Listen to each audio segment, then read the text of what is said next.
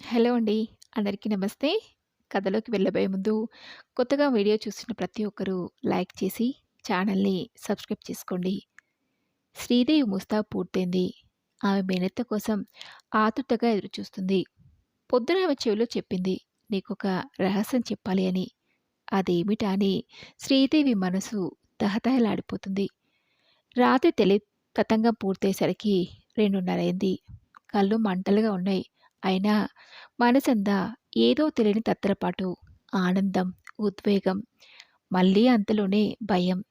తొలిరై అనే దానికి భార్యాభర్తలు ఎంతో ప్రాముఖ్యాన్నిస్తారు. జీవితంలో మొదటిసారి పొందే మధురానుభూతి జీవితాంతం అమూల్యంగా నిలిచిపోయే స్నేహబంధమని భావిస్తారు. శ్రీదేవికి నిమిషం ఒక యుగంగానుంది. గడుస్తున్న నిమిషం భయపెడుతూనే ఉంది. ఏమైనా అత్త ఏదో మాట చెప్తానంది. అదేమిటో తెలుసుకోవాలి. శ్రీదేవి రూపంలోనూ, గుణంలోనూ మేనత్త మాణిక్యంలా ఉంటుంది. అందమైన, రూపమైన విపరీతమైన గడుస్తనం, జానతనం ఆమె సొత్తు. అందుకే ఆ మేనగోడలంటే మాణిక్యానికి కూడా ఎనలేని ప్రేమ, ఇష్టం. ఇద్దరి ఆలోచన ధోరణి ఒకే మాదిరిగా ఉంటుంది. నిజానికి శ్రీదేవికి తల్లి మెతకతనం, మొహమాటం ఏమాత్రం నచ్చవు. చికాకు పడుతూ ఉంటుంది తల్లి మీద. శ్రీదేవి పూలజడ ముందుకు వేసుకుని రాళ్ల చామంతి పువ్వు గట్టిగా పీల్చుకుంది. ఇంతలో సరస్వతి గదిలో అడుగు పెడుతూనే, "అమ్మ శ్రీలు, కాఫీ తాగుతావటే? అసలే తలనొప్పి వస్తుందేమో" అంటూ కూతురు దగ్గర చేరి ఒకసారి ముంగురులు సవరించింది నెమ్మదిగా. అంతా కన్నుమూసి తెరిచేలోగా అయిపోయింది. అనుకున్నంతసేపు పట్టనే లేదు పెళ్ళి. జాగ్రత్తగా మసులుకోమ్మా, అత్తవారింట్లో వాళ్ళు ఎలా చెప్తే అలా విను. ఇక్కడ అన్నింటికీ ఎగిరినట్లు ఎగరకూడదు అంది. శ్రీదేవి విసుగ్గా తల్లివంక చూసింది. అమ్మ ఎప్పుడూ అంతే. ఎవరో చెప్పినట్లు వినమంటుంది కానీ తను చెప్పినట్లు ఎదుటి వాళ్ళు వినాలి అనుకోదు. అత్త ఎక్కడికి వెళ్ళిందమ్మా? సరస్వతి ముఖం చిన్నబోయింది. తన మాటలకి విలువ ఇవ్వదు కూతురు. పైగా తనుండగా అత్తయ్య గురించి అడుగుతుంది. నిజంగా ఈ పిల్ల మాత్రం ఆడపడుచు నోట్లో నుంచి ఊడిపడింది అనుకుంది. అయినా కొత్తగా పెళ్ళయి అత్తారింటికి వెళ్ళిపోతున్న పిల్ల. తన మనసు కష్టపెట్టకూడదని తనే సర్దుకుని ఇంకా నిద్ర లేచిందో లేదో అంది నెమ్మదిగా. వీరి మాటలోనే మాణిక్యం ఉరుకులు పరుగులతో వచ్చేసింది. పాడు నిద్ర, ఒళ్ళే తెలియదు. ఎంతసేపు పడుకున్నానో ఏమో. పగటి నిద్రకు తోడు కలలు కూడాను. అవును, అంతా తయారు చేసినట్టున్నారు. బావున్నావు.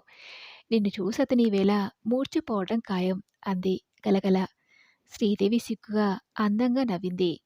ఆడబిడ్డ మాటల ధోరణి తెలిసిన సరస్వతి సన్నగా నవ్వింది. నేను వెళ్ళి కాఫీ కలిపి తెస్తానంటూ సరస్వతి కదిలింది. శ్రీదేవి వెంటనే, "అత్తా, ఏదో చెప్తానన్నావు" అంది. మాణిక్యం ప్రేమగా బుగ్గలు చెదిమి, "చెప్తానుగా" అంటూ నెమ్మదిగా శ్రీదేవి చెవిలో చెప్పటం మొదలుపెట్టింది. నాగస్వరానికి తల ఊపే పాములా ఆమె మేనత్త మాటలు శ్రద్ధగా వింది. ఒక్కొక్క మాట వింటున్నప్పుడు ఆమె కళ్ళలో ఒక్కొక్క వింత కాంతి వచ్చి చేరుతుంది. ఆశ్చర్యంతో అప్పుడప్పుడు ఆమె కళ్ళు మరీ విశాలమయ్యాయి. పద్మనాభం పడకుర్చీలో కూర్చున్నాడు. బయట బ్రహ్మాండమైన ముసురు పట్టి వర్షం కురుస్తుంది. అయినా అతని మనసు తేలికగా మబ్బులు విన్న ఆకాశంలో ఉంది. అతని మనసు సంతృప్తితో సంతోషంగా ఉంది. నిజానికి పద్మనాభం ఇప్పట్లో పెళ్లి చేసుకోవాలనుకోలేదు. అతనికి 2 చెల్లెలున్నారు. తల్లి ఉంది. వారిద్దరికీ పెళ్లి చేసి అత్తారింటికి పంపాలి. అప్పుడు గాని తన పెళ్లికి తొందర లేదని అతను ఎంత మొత్తుకున్నా తల్లి వినలేదు. శ్రీదేవిని చూసిన క్షణం నుండి తనని సాధించి చంపుకు తినేసింది. సరే అనే వరకు వదల్లేదు. "నువ్వు చిన్నవాడివే. పెళ్ళంటూ చేసుకుంటే నీ అత్తారి బలం ఉంటుంది. నీ మామగారు, బామ్మర్దులు నీకు సంబంధాలు వెతకడంలో సాయం చేస్తారు. లేకపోతే నేనా ఆడదాన్ని. నీకు అండగా నిలిచేవారెవరు? చకచకా 4 ఊళ్ళు తిరిగి సంబంధాలు చూస్తే శారదకి, రమణికి ఏడాదిలో పెళ్లి చేసేద్దామంటూ మెడలు వంచి పెళ్లికి ఒప్పించింది తల్లి. అతనికి తల్లంటే ఎంతో ప్రేమ. చిన్నప్పుడే తండ్రి పైన రెండో కంటి వరకు తెలియకుండా పిల్లల్ని పెంచి చదువు సంధ్యలు చెప్పించింది. అమ్మని సుఖపెట్టాలనేది పద్మనాభం తీవ్ర వాంఛ. పద్మనాభం ఏ వ్యసనం లేని అరుదైన అపురూపమైన పెళ్ళికొడుకు. అతను తెలిసిన వాళ్ళంతా శ్రీదేవి అదృష్టవంతురాలని పదే పదే అనుకున్నారు. పద్మనాభం అప్పటికి పదోసారి అనుకున్నాడు. శ్రీదేవి లాంటి భార్య దొరకడం నిజంగా నా అదృష్టమని. శ్రీదేవి తలంచుకుని నెమ్మదిగా అంది. మిమ్మల్ని ఏమీ కోరను గాని ఒకటి మాత్రం వినండి. మీ చెల్లెలు నాకు చెల్లెలే. మీ అమ్మగారు నాకు అమ్మే.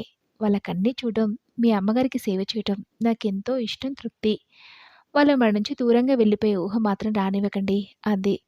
పద్మనాభం ఆమెను ప్రేమగా దగ్గర తీసుకున్నాడు. అతనిలోని ఆశ్చర్యానికి అంతే లేదు. ఇది కళా నిజమా అనే సందేహంలో పడిపోయాడు. అసలు ఎవరి జీవితంలో అయినా ఇట్లాంటి వ్యక్తి తారసపడుతుందా? ఎంత గొప్ప మనసు, ఎంత ఔదార్యం! పరలక్షేమం తప్ప మరొకటి కోరని మహాసాధ్వి, ఉత్తమరాలు. అత్తగారు ఆడపడుచులంటే ఆదిలోనే పరమశత్రులుగా చిత్రించుకునే మన సంఘంలో శ్రీదేవి లాంటి వాళ్ళు ఎంత అరుదు. ఆమె తనకి భార్యగా లభించడం ఎంతో అదృష్టం. మీలో మీరే తన్మయంగా ఏమిటి ఆలోచించుకుంటున్నారు? నాకు చెప్పండి అంది కాస్త గారంగా, మరి కాస్త మురిపంగా. ఆలోచనలేమీ లేవు. అంతా ఆశ్చర్యమే. ఎందుకు నీలాంటి వివేకవతి నాకు భార్య అయినందుకు. చాలేండి పొగడ్తలు అంది వయ్యారంగా. గ్లాసుడు పాలు తీసుకెళ్లి చటుక్కున అవతల పారబోసొచ్చింది శ్రీదేవి. తీరా అత్తగారు రత్తాయమ్మ చున్నే చూసింది. ఆశ్చర్యపోవడంతో పాటు ఆమె మనసు విలవిల్లాడిపోయింది. ఆమె తనందుకులను ఊరుకోలేదు. అదేమిటమ్మాయి పాలు పారబోసావు అంది. శ్రీదేవి గతుక్కుమంది. రాతే తాగాలని పెట్టుకునే మర్చిపోయా, చేదెక్కిపోయాయంది తలెగిరేస్తూ. అయ్యో, గుర్తుంచుకుని తాగితే ఫలం పాటుగాని పారబోసుకుంటే ఏమొస్తుంది అంది.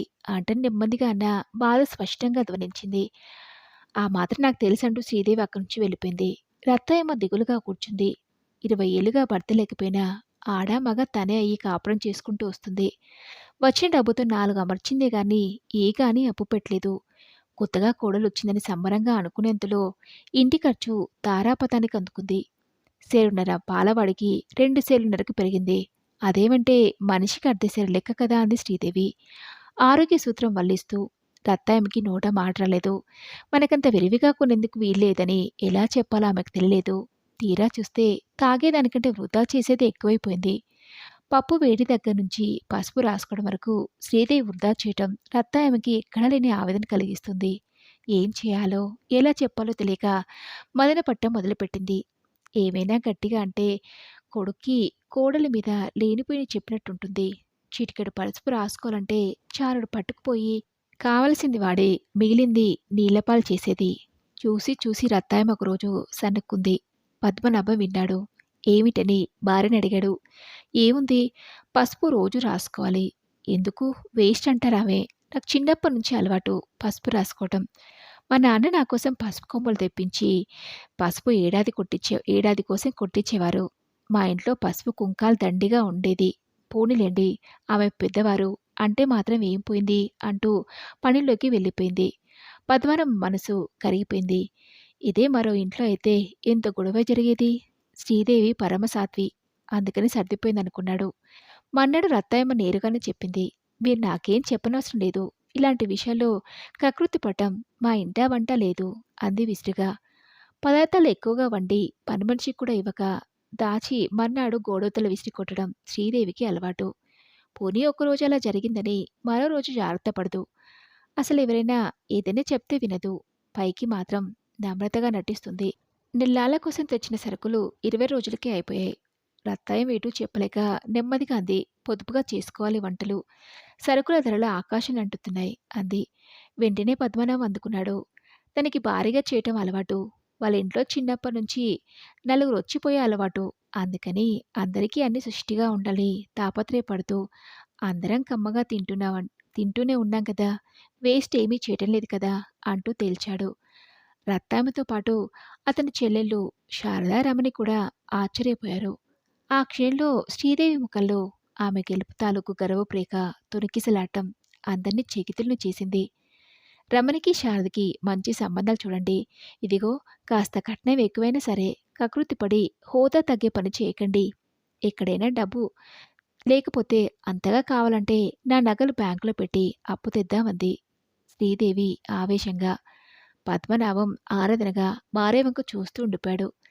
ఆమె ఇంత త్యాగశీలతో మాట్లాడుతుంటే తన తల్లి చెల్లెలు సరిగా ప్రతిస్పందించడం లేదనిపించింది అతనికి. శ్రీదేవిలోని ఉత్తమ సంస్కారం, అత్తగారిని తల్లిగా భావించిన సనాతన మంత్రాలైన తన తల్లి మాత్రం శ్రీదేవిని కోడలుగానే చూస్తుందనిపించింది అతనికి. ఆ రోజు నిద్రలేస్తూనే గుమ్మంలో రిక్షా ఆగటం చూసి, అందులో నుంచి దిగుతున్న కామాక్షి చూసి, ఆనందంతో పరిగెత్తుకెళ్ళి లోపలికి ఆహ్వానించింది శ్రీదేవి. కామాక్షి, శ్రీదేవికి పిన్ని కూతురు. పెళ్ళికి రాలేదని ఇప్పుడు తిరుపతి వెళ్తూ చూసిపోదామని మధ్యలో దిగింది. ఇంక శ్రీదేవి హడావుడికి హద్దే లేకుండా పోయింది. బూర్లు, పులిహోర, 2 కూరలు, పప్పు, పులుసు, 2 పచ్చళ్ళు చేసింది. ఎందుకే ఇంత హైరాన్ అంటూ కామాక్షి సాగదీసింది. నువ్వు నా పెళ్ళికి రాలేదుగా, అందుకని ఇవన్నీ ఇప్పుడు చేస్తున్నానంది ఖుషీగా. శారద రమణి స్కూళ్ళకి వెళ్ళిపోయారు. రత్తయ్యమ్మ వంట దగ్గర కూర్చుంది. ఎంతెంత చేయాలో శ్రీదేవి చెప్పింది. రత్తయ్యమ్మ మెత్తగా అంది. నీకెందుకమ్మాయి, నేనన్నీ కమ్మగా చేసి వడ్డిస్తానుగా, నువ్వు ఆమెతో కబుర్లు చెప్పుకుంటూ కూర్చో అంది. ఇంతలో పద్మనాభం ఎలా గ్రహించాడో, అమ్మా అది చెప్పినట్లు చేయి, దానికన్నీ బాగా తెలుసన్నాడు. రత్తయ్యమ్మ మరిక మాట్లాడలేదు. అవమానంగా అనిపించింది ఆమెకి. ఆమెకన్నీ తెలుసని తన కొడుకు నమ్మకం.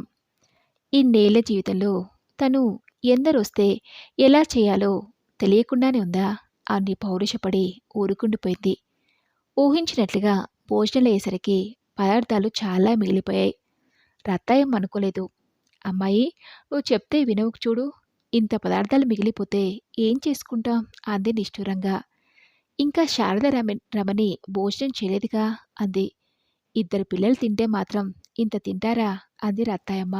మీకు ఒళ్ళు మంటేమో బాబు, మా వాళ్ళొస్తే మీకింత కంటికింపుగా ఉంటుందని తెలీదు. తెలిస్తే గుమ్మం నుంచి పంపిద్దునంటూ రుసరుస వెళ్ళిపోయింది. రత్తాయమ్మ నిర్ఘాంతపోయింది. మధ్యాహ్నం 3 గంటలకి భార్యాభర్తలు బజారుకి వెళ్ళి కామాక్షి కోసం చీర కొని పట్టుకొచ్చారు. అత్తయ్య, ఇదిగో మా కామాక్షికి పెట్టడానికి చీర తెచ్చావంటూ చూపించింది. చాలా బావుందమ్మా, ఎంతేమిటి అంది రత్తాయమ్మ. 250 గర్వంగా చెప్పింది శ్రీదేవి. రత్తాయమ్మ మరేం మాట్లాడలేదు. కానీ ఆమె ముఖంలో మారిన రంగులు చూసి నిర్లక్ష్యంగా ఓ నవ్వు విసిరి వెళ్ళిపోయింది శ్రీదేవి. మధ్య దారిలో చంటిపిల్ల ఏడుస్తుందేమోనని కామాక్షి వద్దంటున్నా వినకుండా హార్లిక్ సీసా కామాక్షి బుట్టలో సరిచేసింది. శ్రీదేవిలో ఉన్న బడాయికి డాబు శారదారమణులు చిరాకు పడింది. పెదవి విప్పలేదు. మర్నాడు పద్మనం ఆఫీస్కి వెళ్ళిపోయాక రత్తాయమ్మ కోడల్ని నిలదీసింది. అవును, నీ తోడపుట్టిన చెల్లెలు కాదు కదా, ఏమిటా పెట్టుబోతలు, ఇలా వందల వందల చీరలు పెడితే మూడో నాటికి సంసారం ఒక కొలిక్కొస్తుందా? 250 చీర పెడితేనే ప్రేమ ఉన్నట్లా 60-70లో చక్కటి చీరలు వస్తున్నాయి. అలాంటిది ఒకటి పెడితే పరువుగాను ఉంటుంది. మనకు పరువుగా ఉండదంది. అత్తగారి మాట పూర్తయ్యే లోపులనే శ్రీదేవి ముఖం కందగట్లా చేసుకుని, ఇదిగో చూడండి, మీకు రూ. 50 చాలనిపిస్తే నాకు 200 కానీ చాలదు. మా ఇంటి ఆచారం అది. మా ఇంటికి ఎవరైనా భోజనానికొచ్చినా బొట్టు, చీర పెట్టి పంపడం ఆనవాయితీ.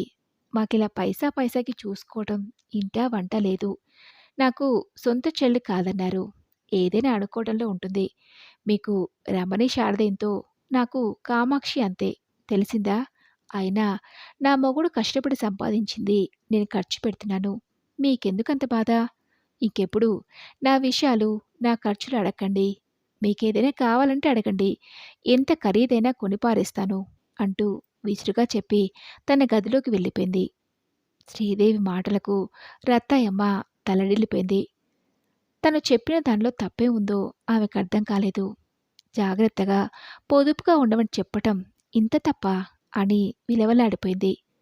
కన్న కొడుకు దగ్గర తన బాధ చెప్పుకునే అవకాశం కూడా లేదే అని మరీ బాధపడిపోయింది. పెళ్ళి వద్దుకాక వద్దు అన్నవాడికి ఇప్పుడు పెళ్ళాం ఎలా బెల్లం అయిపోయిందా అని ఆశ్చర్యపోయింది. ఆవేదన పడిపోయింది. శారదా రమణి తల్లిని మందలించారు. వాళ్ళ ఇష్టం. అన్నయ్యకి నచ్చినప్పుడు మధ్యలో నీకెందుకు అన్నారు. ఆ రోజు ఇంటికొస్తూనే పద్మనాభం వాతావరణాన్ని పసిగట్టాడు. వెంటనే శ్రీదేవిని అడిగాడు ఏమిటి అని. ఆమె కళ్ళనీళ్ళ పర్యంతమే చెప్పింది. అంత ఖరీదు చీర ఎందుకు కొన్నావని మీ అమ్మ నానా మాటలను దులిపేశారు. నేను తట్టుకోలేకపోయాను. నేను ఒక్క మాట కూడా మాట్లాడలేదు. అయినా నా అహం దెబ్బతింది. అందుకే ఒకే ఒక మాట అన్నాను. మా ఆయన సంపాదన నా ఇష్టమని చెప్పడం పూర్తి చేసి శ్రీదేవి కళ్ళు తుడుచుకొని పద్మనాభం ఓ క్షణం నిశ్శబ్దంగా ఉండిపోయాడు. అలా అనటం తప్పైతే క్షమించండి అంది ముక్తాయింపుగా. అసలు అమ్మకు ఒకసారి గట్టిగా చెప్పాలి అన్నాడు కోపంగా. వెంటనే అతని దగ్గరగా వెళ్ళి, "ఆ పని మాత్రం చేయకండి. ఏదో పెద్దవారు. ఆమెనంటే పోయేదేముంది? నేనేం పట్టించుకోను. ఈ చెవితో విని మరో చెవితో వదిలేస్తాను" అంది. "మంచి మాట చెప్పావు. నువ్వెంతో ఓర్పుగలదానివి కాబట్టి సరిపోతుంది గానీ, మరొకళ్ళైతే ఎంత గొడవ అయ్యేదో. నువ్వు మంచి పని చేశావు.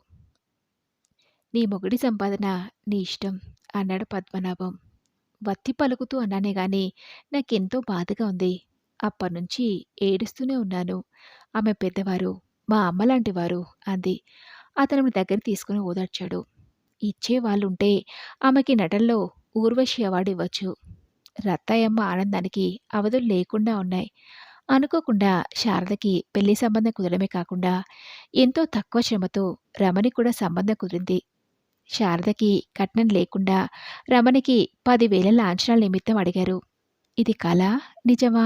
అని రత్తాయమ్మ కలవరపడిపోతుంది. శ్రీదేవి అవకాశం జారవిడుచుకోకుండా చెప్పుకుంది. చిన్నప్పటినుంచి నా పాదం చాలా మంచిదని అందరూ అంటారు. అసలు మా నాన్న ఏ పని చేసినా ముందు నా చేతే చేయించేవారు. ఓసారి ఏం జరిగిందంటే మా ఇంటి వెనకాల వసారాలో ఓ పెద్ద సిమెంట్ పొయ్యి కట్టించారు. అది ఎవరూ ప్రారంభించడానికి వీల్లేదని నా చేత వెలిగింపజేశాడు మా నాన్న. అప్పటినుంచి అప్పటినుంచి మా ఇంటికి ఎవరో ఒకరు వస్తూనే ఉండేవారు. రోజుకి 4, 5 రాత్రులు. ఆ పొయ్యి ఎప్పుడూ వెలుగుతూనే ఉండేది అంటూ పెద్ద పెట్టున నవ్వుతూ చెప్పింది ఆమెతో. పద్మనాభం శృతి కలిపాడు. మిగిలిన వాళ్ళు ముఖాన నవ్వు పులుముకొని కూర్చున్నారు. రత్తయ్యమ్మ మాత్రం మా తల్లే నీ పాదం మహిమ అనుకుంది. ఆ రాత్రి భర్తతో, ఏవండి, పెళ్లి చాలా ఘనంగా చేయాలి. వాళ్ళు కట్నాలు ఆశించలేదు. పెళ్లి కూడా లోభత్వంగా టోకీగా చేస్తే బావుండదు. పైగా మనకేం లోటు? 2,000 జీతం తెచ్చుకునే మీరు 10 మందికి భోజనం పెట్టలేరా? అంది. శ్రీదేవిలో ఉత్సాహం చూస్తే పద్మనాభానికి ఎంతో ముచ్చట. నీ ఇష్టం. నీ మాట ఎవ్వరూ కాదనరు. అమ్మేదే నాన్న, నువ్వు పట్టించుకోకు. నీ చేతికి 20,000 ఇస్తాను. నువ్వే చెయ్యి అన్నీ అన్నాడు. అంతే. శ్రీదేవిని ఎవ్వరూ పట్టలేకపోయారు. కొన్ని ఆరవ సాంప్రదాయాలు అంది. కొన్ని కన్నడ ఆచారాలు అంది. ఇవన్నీ మనకెందుకు అంటే అందంగా ఉన్నవన్నీ మనం చేసుకోవచ్చుగా. ఇవన్నీ ముచ్చట్లు అంది. ఆడపడుచుల పెళ్లి కోసం ఇలా తాపత్రపడే మనిషి ఎక్కడా ఉండదు అని అందరూ అనుకున్నా లేకున్నా పద్మనాభం మాత్రం పదే పదే అనుకున్నాడు. ఏదైనా ఉంటే పిల్ల చేతిలో పెడితే వాళ్ళ సంసారానికి కావలసిన సామాను కొనుక్కుంటారని రత్తయ్యమ్మ చెప్పినా ఆమె మాట సాగలేదు. పెళ్లికి వారం ముందుగానే మాణిక్యం దిగింది. ఎక్కువసేపు మా అత్తగారితో కబుర్లో పడకు, పొదుపు సుత్తి కొడతారు అన్న ఆ మాటలు అనుకోకుండా విన్న శారద అవాక్కైపోయింది. నోరు విప్తే గొడవైపోతుంది. అందుకే మింగేసింది. పెళ్లి ఘనంగా జరిగిపోయింది. ఊళ్ళో జనమంతా ఒళ్ళు పులిసిపోయేలా పొగిడారు. ఉన్న 20,000 కాక మరో 10,000 పైన ఖర్చయింది. పద్మనాభం 30,000 అప్పు తీర్చడానికి సంసిద్ధుడవుతూ అనుకున్నాడు. వాళ్ళ కట్నం అడగలేదు. అడిగితే ఇచ్చేవాళ్ళమే కదా. ఇచ్చుంటే ఇంకా ఎక్కువయ్యేది. ఇంతటితో తినడం అదృష్టం. శ్రీదేవి నేర్పుతో చేసింది కాబట్టి చక్కగా జరిగిందనుకున్నాడు. కొన్ని సంవత్సరాల తర్వాత పద్మనాభం ఉస్సూరంటూ కుర్చీలో కూర్చుండిపోయాడు. ఆఖరి వాడికి మెడిసిన్‌లో సీటొచ్చింది. 10,000 కట్టుకోవాలి. 50 పైబడిన పద్మనాభం దగ్గర పైసా కూడా వెనకేసలేదు. అతనికిప్పుడు కలతగా ఉంది. శ్రీదేవి మామూలు పాటే పడింది. నా నగలు బ్యాంకులో పెట్టి వాడిని చేర్పించండి అని. ఎప్పుడూ అప్పు చేయటం, వడ్డీతో సహా దాన్ని తీర్చుకోవడంతోనే సరిపోతుందన్నాడు విసుగ్గా. భలే వారే, ఏం చేస్తాం, మధ్యతరగతి వాళ్ళం అంది. చాలే, మనలాంటి వాళ్ళే కాస్తో కూస్తో నిల్వ లేకుండా లేరు అన్నాడు. అప్పుడు తల్లి మాటలు గుర్తుకొచ్చాయి. 100 రూపాయలు వచ్చినవాడు 90 ఖర్చు చేస్తే వాడెప్పుడూ ధనవంతుడే, 110 చేస్తే దరిద్రుడే అని. ఎందుకో అది గుర్తుకొచ్చి మనసు చివుక్కుమంది. అత్తారింట్లో తన మాటే చెల్లెలనే పంతంతో భర్త దగ్గర అతని వాళ్ళ మీద ప్రేమ కురిపించి అతన్ని తన వైపు తిప్పుకుంది. మేనత్త సలహాతో ఏం లాభం? తన ఇల్లు సర్దుకోవడంలో పెద్దవాళ్ళ సలహా లేకుండా 2 ముఖాల నాటకం ఆడి శ్రీదేవి వరగబెట్టుకున్నది కూడా ఏమీ లేదు. ఆమె అంత నటించకుండా ఉంటే కనీసం పద్మనాభను సరైన మార్గంలో పెట్టేవాడేమో. కానీ ఆమె అతన్నే బుట్టలో పెట్టేసింది. శ్రీదేవికి పొదుపుకి లోభత్వానికి భేదం ఇప్పటికీ తెలీదు. ఇక ముందు తెలిసే అవకాశం కూడా లేదు. పద్మనాభానికి తెలిసినా చేయగలిగింది ఏమీ లేదు. మరి ఇదండి ఇవాల్టి కథ. ఈ కథ మీకు నచ్చితే తప్పకుండా ఒక లైక్ చేసి మీ ఫ్రెండ్స్‌కి, ఫ్యామిలీ మెంబర్స్‌కి షేర్ చేయండి. అలాగే మరెన్నో ఇలాంటి మంచి మంచి కథలు వినాలనుకుంటే ఛానల్‌ని వెంటనే సబ్స్క్రైబ్ చేసుకొని పక్కనే ఉన్న బెల్ ఐకాన్‌ని క్లిక్ చేయండి. నెక్స్ట్ వీడియోలో మరొక మంచి కథతో కలుసుకుందాం.